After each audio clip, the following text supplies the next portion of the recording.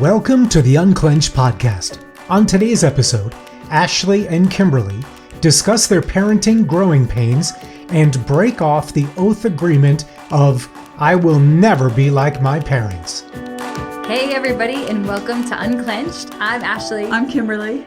And we're so excited you tuned in today. Yes. Thanks for joining us here. We are talking about a very vulnerable and fun and funny topic of parenting. Right. Everyone is a parent of something, even a dog or a cat. I mean, come on, you have to have boundaries with your animals too, right? Absolutely. Even if you haven't been a parent in the traditional sense of in the natural, most often we all at some point end up being a spiritual mother or father or a, amazing auntie or uncle or, like you said, dog mom or dad. Well, and you had a parent. Everyone has had an adult in their life that there was their parent, right? Yeah. So we've been tremendously affected by that parent on some level. Yeah. Good, bad, or indifferent, right?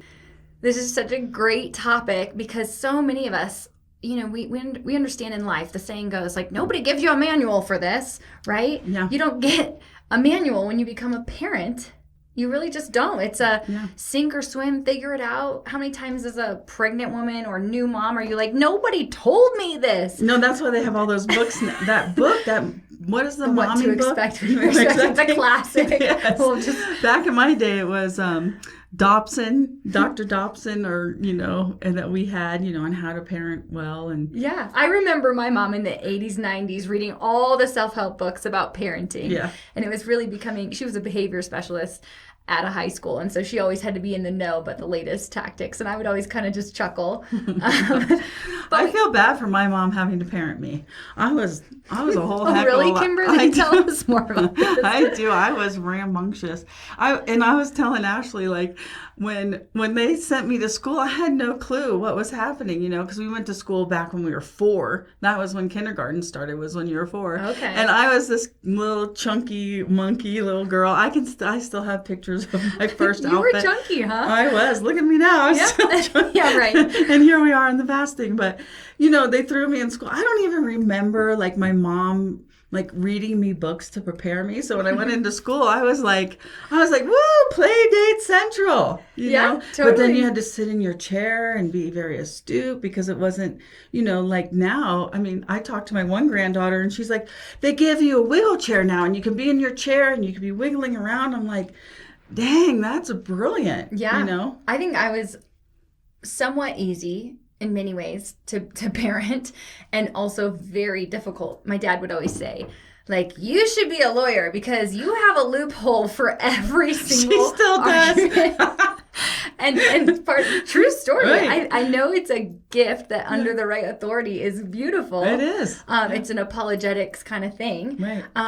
But I just laugh because my dad would get so frustrated if he was pinned into an argument with me because there was no winning. There isn't. It's still that way. I'm like, sometimes I'm just like, I'll just give in to her because I'm like, I just forget it. Your favorite word is acquiesce. Fine. I'll just acquiesce again to you, Ashley. It is so true. Oh my gosh. It's like parenting and such forget. And then the funniest part is whatever your qualities were, or personality was like as a kid, whatever was most like loud. Then when you have kids yourself, you're like, oh my gosh, there it is. There it is. Yeah, it's all coming up. And it's like holding a mirror up to ourselves and trying to parent ourselves while we're still growing up. Right. That's the hardest part. It's like, dang, I was 17 when I had my first, as we've talked about. You were definitely still growing up. Oh, I totally was like a hot mess, and I was still trying to figure out, what do you do with your body at that age and how you're supposed to look. And, at 17, you're still even trying to figure out how do you do your hair and your makeup. I have the pictures of what you go through in those seasons, and just... And my daughter was like my little toy, so I would dress her up and do all the things. And there was no parenting. It was 0 to hero. You're being bad. Beat, beat, beat, Yes. And so she was really raised under a lot of immaturity and unhealth. Oh, total I can unhealth. say this because I relate. Oh my God, I'm constantly apologizing. I'm so sorry. I'm so sorry. Now or at the time? Now. Okay. Now I go back. At the time, that would have been really healthy. Oh yeah, there was no health. It was just like woo, big free for all. You've talked about this, but isn't it funny how we parent our first child a certain way, and then we parent our middle child or our next child a certain way, and then our baby, if we have 3, whatever, a different way, or there's a whole gamut, right? But we do look different in our identity throughout those different children and the rearing of them. So what do you think about that? Well, it's hard because here you are, you're growing up, you've got this victim mentality of whatever you've dealt with as a kid that you haven't worked out, especially as a teen mom. Okay, I'm not talking about being a 30-year-old and having a kid. And even then, I was 30 having my last and still figuring out who I was because, I had, like we talked about, the hamster wheel was a lot of fun for me. I'm doing really good. I'm back on the hamster wheel. And we'll just cling to he who began a good work in you will be sure to complete it on the day of Christ, which is not at 30, everyone, right? No, it's kind of like go to heaven. I know, it's when Jesus comes back, but I'm just saying, which of us is grown up and complete? None. No, but I feel a little more grown now, as my daughter would say. You're just acting like a grown man right now, but that is good news that there's progression, but we can be assured that we're not going to be in our fullness. No, we aren't, and so it is like being in that also, like we've talked about, having those oaths, right? Yeah, like because I'm kind of a super neat freak now, and when the kids were growing up, I tried to implement a lot of that, but it was the whole thing of what could I control? I could control my eating and I could control my cleaning, right? So I had an eating disorder and then I became obsessive about cleaning only like certain things. So what was the oath that you had made? Well, I think the big thing was, there just different things that my parents did, and I'm like, I'm not going to do that. I don't know if it's like one specific, but then there was also oaths that I was going to be like, I want to be just like my dad when he did this. So it was like, where do you find your person in your parenting? And especially when you have so many kids. I mean, I had 5 kids and one was Don. So we had 3. And I had 3, he had 1, and then we had 1 together, right? So we're trying to parent all of these kids and trying to figure out who they are individually. But I didn't know at that time that I had to parent them individually. We were parenting as a movement of a family. You just need to do it my way, and my way is or it's the highway kind of attitude, right? It was a one-size-fits-all kind of. Right, until as I got older, I learned more. Yeah. No, that's good. I was just thinking about like what oaths. I remember laying in my bed being like, I will never do this to my kids someday. I will never. And I was like journaling this out. I think in my high school years, just feeling, hurt, neglected, whatever. Yeah. Part of that was just out of my immaturity and being a teenager and all the hormones. But truly, like, what do I never want to do? And I honestly can't remember those things that I listed. Right. But what I can say is I saw my parents spending an awful lot of time on housework, yard work, all of these like tasks, mundane things that we have to do. And instead of, going on adventures and living life and doing all these fun, amazing things, I saw them doing these things. But there was a lot of pride in that. My mom enjoyed having a clean home, and that was something that she could control. And so that meant a lot to her, and she had a high value for that. Yeah. Therefore, she kept up with it. I've swung the pendulum the other way and said, you know what? Any day of the week, I'm going to value taking a phone call with a friend to disciple or, maybe listen, offer some advice, whatever, or hit the streets and go evangelize or go on an adventure with my family over that, like maintaining that my house is clean and tidy in all ways. Yeah.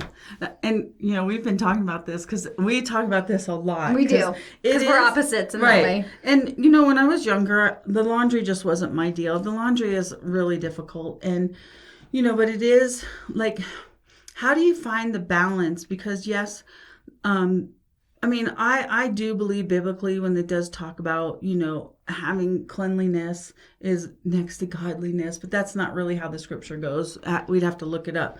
And then I'd quote John the Baptizer, going out and eating honey and locusts wrapped in camel clothing, living in the forest. Okay. That's right. He lived in a cave. He had one outfit. So if you want to be John the Baptist, you can't have your 5,000 pieces of clothing at your house. Then let's clarify apples to apples. I'm just laughing because it's not like this is like a biblical requirement. However, what you're saying is, where's the health in it? Right. And when we're swinging the pendulum, right. Do we need to examine our hearts and go, okay, have I swung the pendulum too far? Right.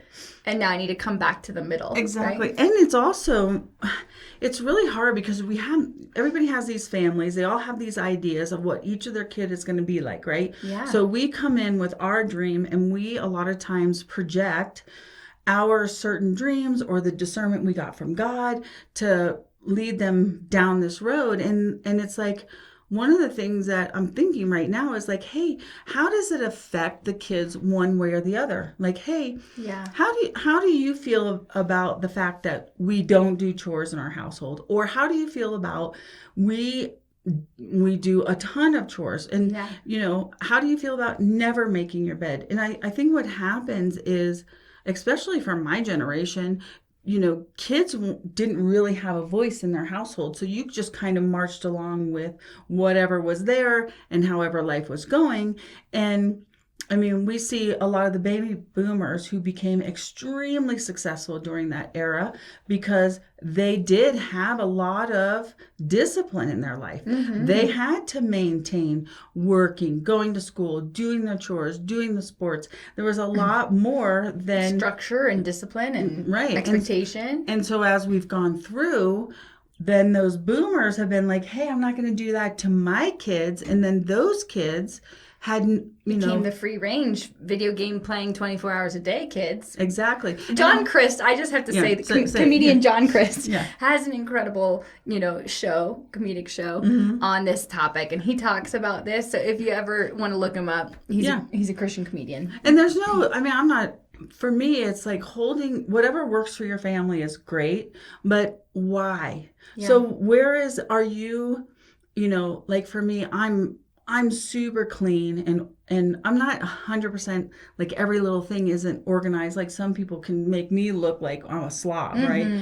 But it is saying, okay, like with my kids, I'm like, hey, we're a family unit. We're going to do these chores together, but you also have to maintain your grades and do your sports and your commitment. So how does that, I mean, I think it's a matter of really checking the heart. Like, I guess our mentality has been,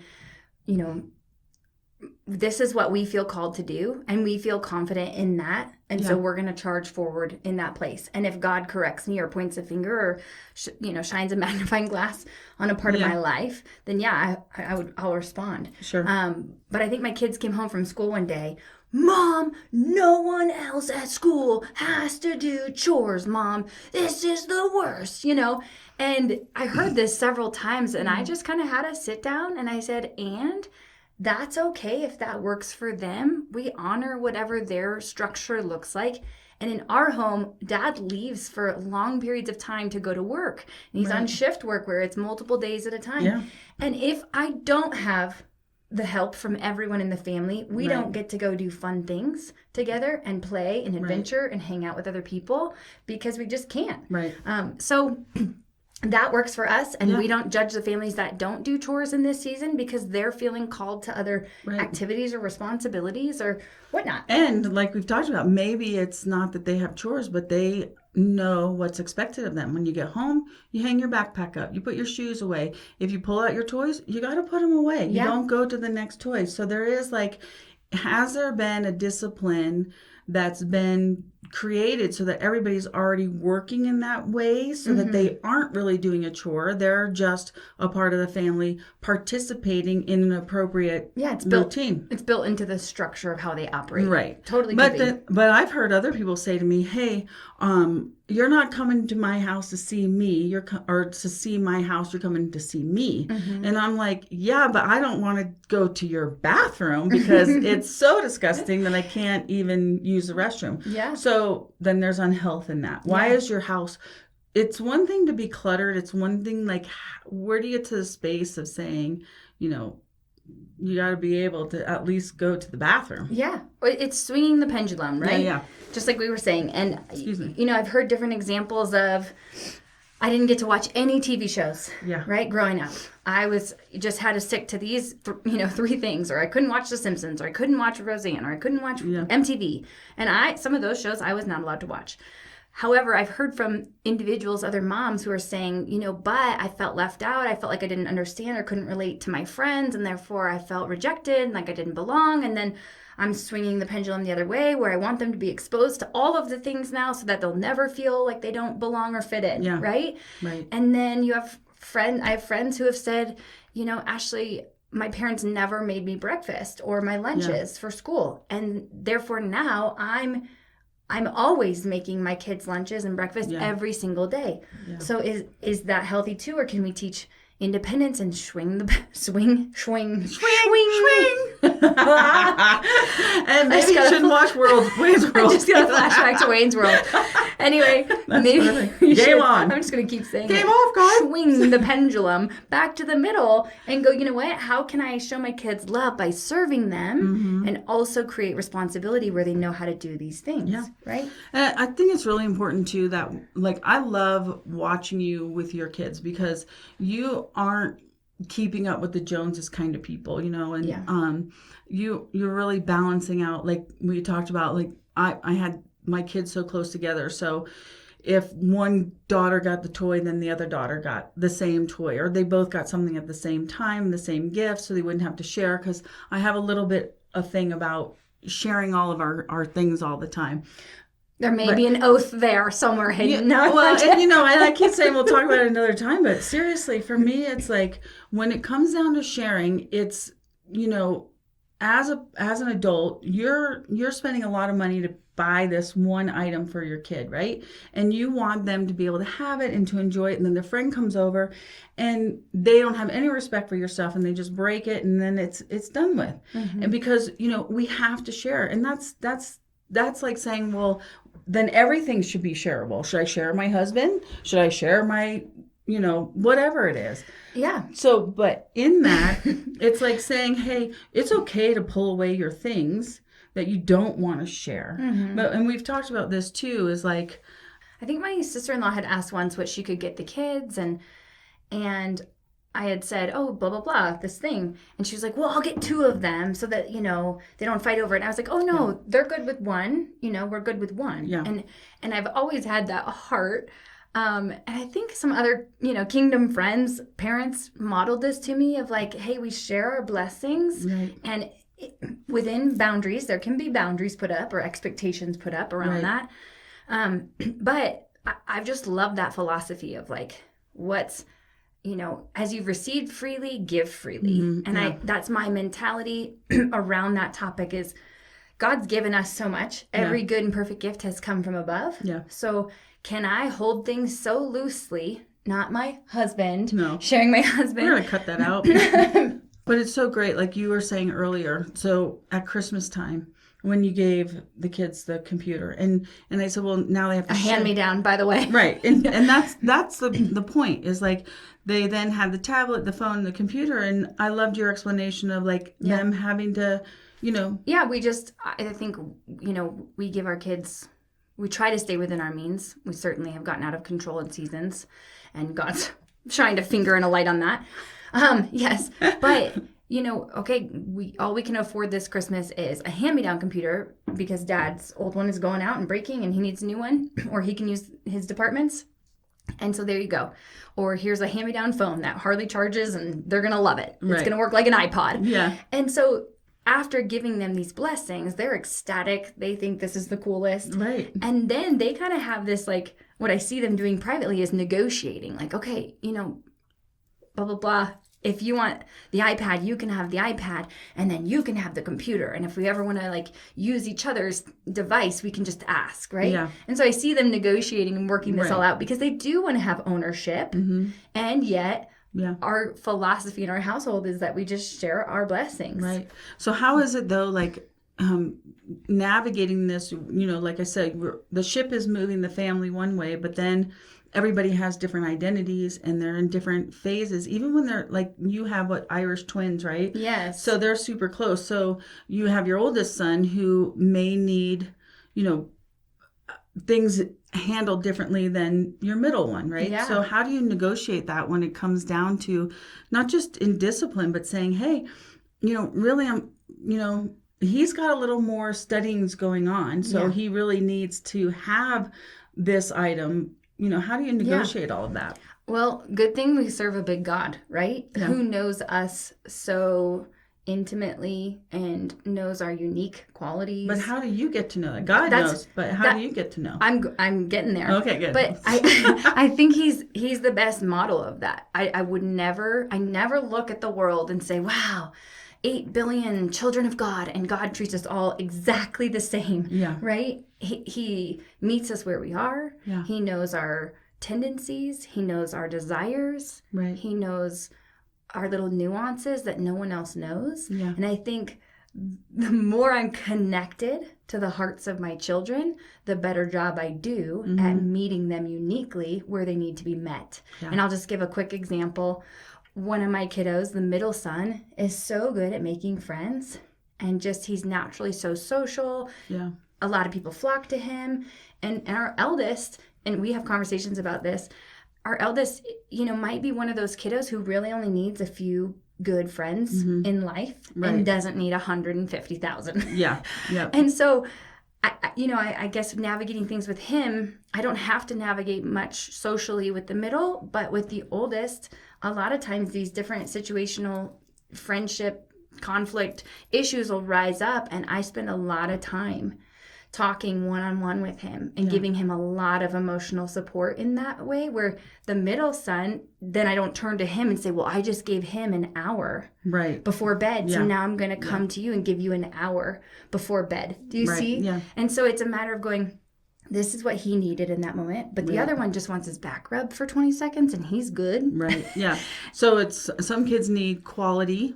Yeah. And others need quantity. Yeah. So it is like trying to identify with each different personality that's unique, your explanation with God. Yeah. But it is, and the reason why I bring up, that's, how do you hear that? Because it's hard as you're growing in your identity and trying to figure out how to hear God's voice for yourself, then to say, okay, well, I know that my kids are also uniquely designed, and you're like, well, what the heck? I'm still figuring out my own design. So it's like they're in that moment of not understanding totally my identity or the mom or the dad's identity, and you're parenting from that lack, or from that, it's here. I have an example to like kind of clarify that. Yeah, go ahead. When our eldest is like jabbing me, like he's just kind of being mean, which is very rare. I will just say this is very rare. But if he's making jabs and kind of giving me the, cold shoulder and all these things, I'm like, uh-oh.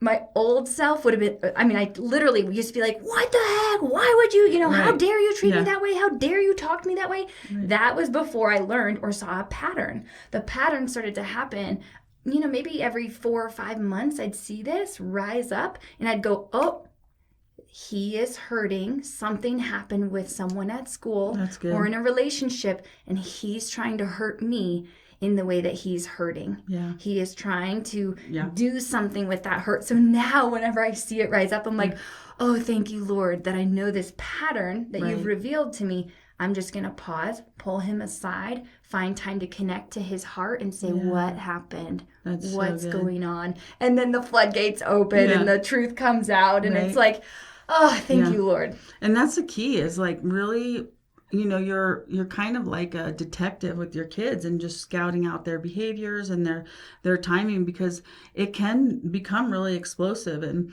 my oldest and your oldest are very similar, and so for me, I'm always like, if I had another chance, so I'm always telling Ash, coaching me. Listen, Linda. Right, because I have like such a passion for him, because it is interesting to be on the other side where I have these adult kids, and I'm trying to now, how do I become an adult friend and not a parent? And then I get to be, with my grandkids, and now I'm sitting, with, a couple of them that I'm really close to, and now I'm like really hearing their hearts, like with my grandkids. Because the thing is, that's really hard to negotiate, is that I have time, because I'm a grandparent that has time. Yeah. But when you're a mom or a dad and you're doing all the things, it's like, how do you find that time? The car is the best time, right? Yeah. Best conversations. Car, because they're, locked in the seatbelt. Nobody has to make direct eye contact if they don't want to.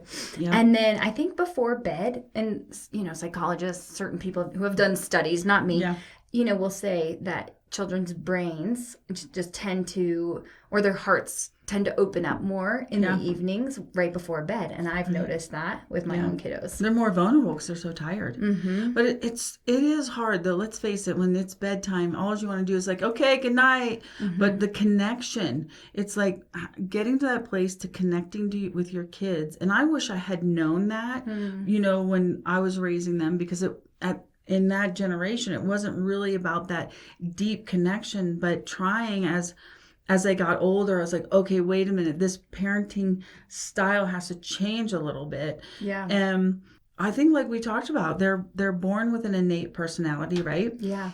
And God knows every hair on their head, but my goodness, I don't know what it is yet. Mm-hmm. And then the enemy comes in, and so it is like breaking off these oaths that you made, and coming out of this victim mentality, and then being able to, or I've had to, with my adult kids, I've gone back and apologized to each and every one of them for different things. Yeah. Which, without an agenda. Yeah. I think the biggest thing, you kind of hit it all on the head, but I just think it's important to be open and be willing to let God hold up a mirror to ourselves as we're parenting and go, okay, I see that. That's me. That's coming from me. Yep. And yet, how do I want to respond to little me? Yeah. How do I want to parent the little person who your parents maybe responded in this way or that way? And how do where's the growth in that? Or maybe your parents did it perfectly in response to that, emotion or that behavior. Right. And you now have the you're best just parents ever. Yeah. And now you're just going to model or take after that. Right. And so it's just being willing to say, you know what, I'm broke as a joke. I don't have it all figured out, but I can fix my eyes on the one who does know these kids intimately in a way that I will never. Right. And how can I lean into him, lean into his, guidance and get strategy from God to meet our kids in those places. I'm such a better parent with him than on my own, y'all. I mean, definitely. I sucked. Yeah. And I met people who walked with him, and I would just, whoa, this is different. Yeah. I agree with that, but I still have that justice, personality, that mama bear personality. And I mean, you're so great. And we've talked about this on the show before, where Ashley will be so sweet with her boys. Now, are you holding his heart well when you've got him in a chokehold, or you've given him a black eye? How does his heart feel? And I'm like, punch him back. No, you know, but you do so good at like coming at addressing the offense immediately, and then or getting to the heart behind whatever's going on. Exactly. Because I'm learning to do that for myself, which is the only reason I can offer it now. Yeah. Because I didn't ever know why I was acting one way or another. Mm-hmm. It was like, wait a second, what's behind this? Right. And this is impacting my marriage too in a healthy way. Right. Yeah. Of going, hold on, it's not about the dishes, or it's not about the way you fold the laundry. It's about what is behind it. The offense that's deep inside of us. We are we don't want to say I'm offended by that, or even by our own child. When our children offend us, how do you, and we've talked about this, getting to that place of just saying, okay, I just need to listen to where they're coming from. That's what I told my kids. You can always come to me and you can say whatever you want to say and share it with me. But you also have to know that I'm going to have a response and come back, and then we'll have to dialogue. And a lot of times I would say to them, hey, you made this choice. How are you, what do you think your consequence should be in this situation? As we got older and doing that book, Growing Kids God's Way. And, we did Money Doesn't Grow on Trees to help them with money. I mean, you just try to find all these books to help. But when it comes right down to it, it comes down to being patient, being kind, and really restraining the anger emotion, because even to this day, I'll get a text message from my kid that somebody did something to him, and I'm ready to pounce on that person, and I'm giving them the pouncing response. Yeah. And my one daughter will go, I'm not going to do it that way, Mom. I'm just going to let, they're going to figure it out. They'll have to do it. She's got such grace for all of these Neanderthals around her. Yeah. And she has this grace. And I'm like, man, I'm like I've talked about before, I'm in the shower going at it. I want to just take them down. Yeah. I mean, I think for me, I get angry when I want to be in control and I don't feel like I'm in control. And so that manifests, which I just heard last weekend from a great sermon, that it's pride. And it's pride that causes me to go to that place. But I understand what you're saying, that mama bear protection, you know, kind of instinct wants to rise up. Have you noticed over the years that your input to your children has become less and less and less? Or do you feel like it's just changed? I think that I was very opinionated, and with a couple of them I can still be a little bit opinionated, and then with a couple of them I'm just like, oh yeah, and then I'll ask, can I share something, because I want to I'm trying to grow a new relationship with them, if that makes sense. And because I know I've made a lot of mistakes in their perspective, and I don't know all of it yet, but it is like I had to hold each of them individually, where one will be like, wants to tell me everything, and then I have to be like, do you want me to respond, or do you just want me to listen? Yeah. And she'll say to me, I just want you to listen. She's good at that.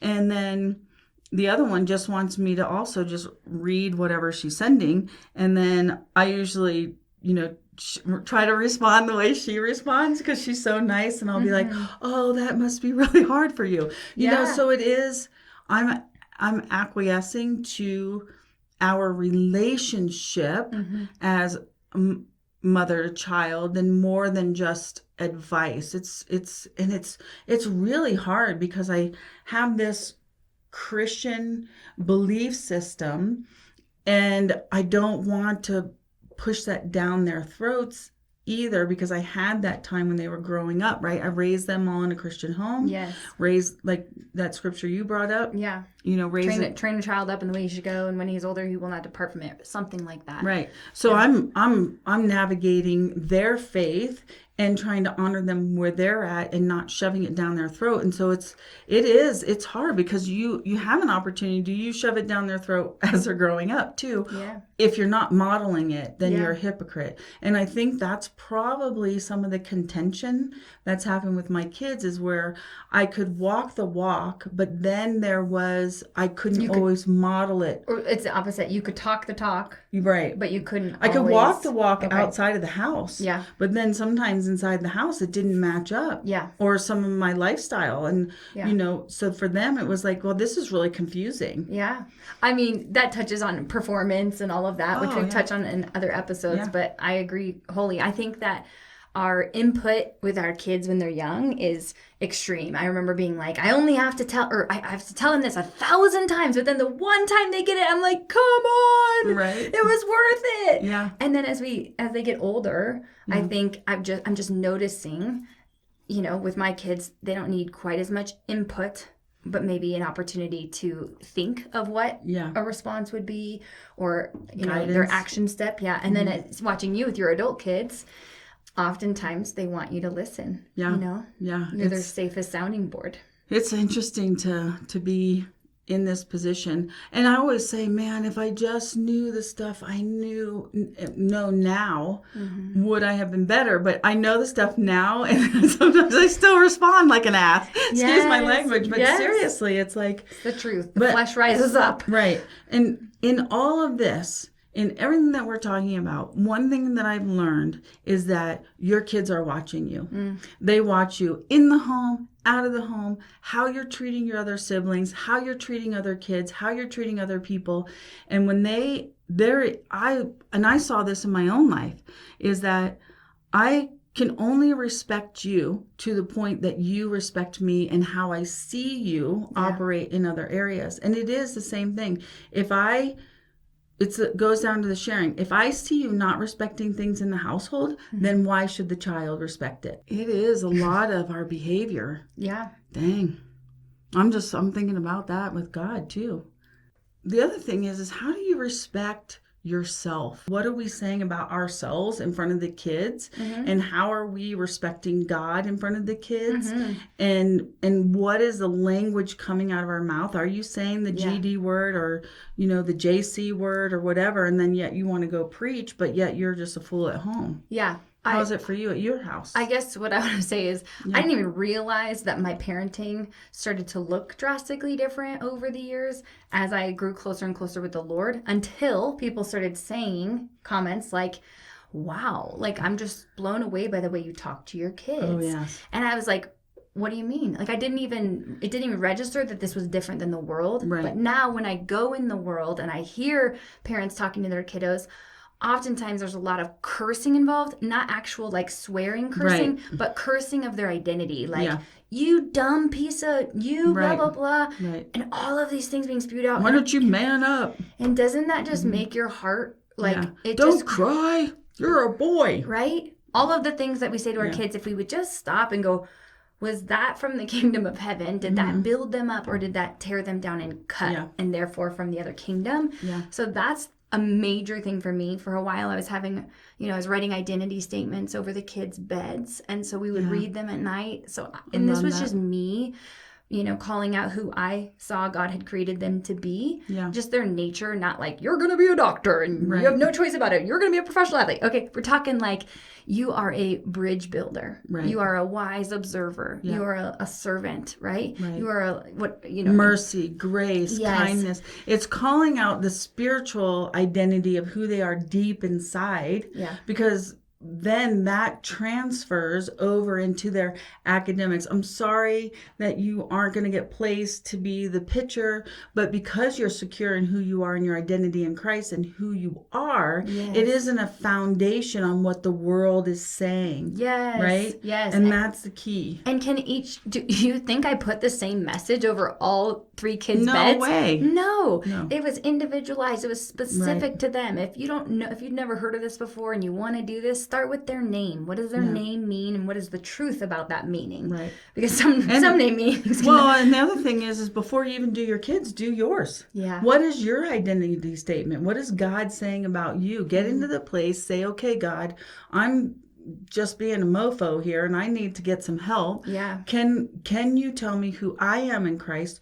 And then, do it with your partner as well, your husband or wife, and say, hey, let's have our identity statements and who we are, and then let's also then do that then for the kids, because then it isn't just, you're not just raising them up, you're raising yourself up and your partner up. And oftentimes the identity statement feels so false or fake when we're so far from our true identity in God. It's like, wait, how can I call myself a peacemaker when all I want to do is scream? Is lose my cool when, whatever. Oh, yeah. You get what I'm saying? Yeah. But yet I was created to make peace, to hold peace, to hold the tension, to be okay in that space of, things swirling and remain, right? My encouragement to even young adults that are listening, that you're holding animosity and you're holding unforgiveness towards your parents, you're only hurting yourself, essentially. Yeah. And it is coming to that place of going, okay, hey, wait a minute. They were just going through their stuff, understanding, forgiving them, And you can have the boundary in the forgiveness. And you can say, hey, you're still not safe for me, but I forgive you. I'm not going to carry this offense, because offense carries all kinds of medical conditions. And it keeps you entrapped, right? Yep. So that would be my big encouragement for people my age with kiddos, adult kiddos. I think that's great. And remember to like capture the sweet moments. Oh, gosh, I think it's very redemptive. God in his kindness, with the kiddo that I have the hardest time with, God used him as he's observing what I'm doing in my daily life, as I'm answering phone calls from people, discipling people, ministering, whatever. Yeah. He one day said, Mom, you know what?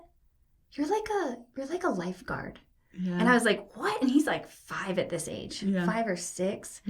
Yeah, I was 5. And he goes, yeah, you're like a lifeguard. Like, and I go, what do you mean by that? And he's like, well, when people are drowning, you just like reach in your hand and pull them up. And I was like, dang, there's my identity statement right there from my 5-year-old. I'm a lifeguard. Right? And and also I just want to say, like, when things are out of alignment and out of whack, usually it's a heart check for me of like, wow, I'm distant from the Father. Therefore, my parenting reflects that. Right. I'm going to get before the Lord. I'm going to worship. I tell my kids, if you see me acting a fool, just say, Mom, go spend time with Jesus. I love it. And they, for a while, it was a lot. Yeah. Right? Mom, go. I think you need to go spend time with Jesus. But it was such a good heart check. And then I can come back and spend 5 minutes with them of quality time playing a game or doing something. Yeah. And all of a sudden, I have their heart back and their trust back. And, I love it. And so to not...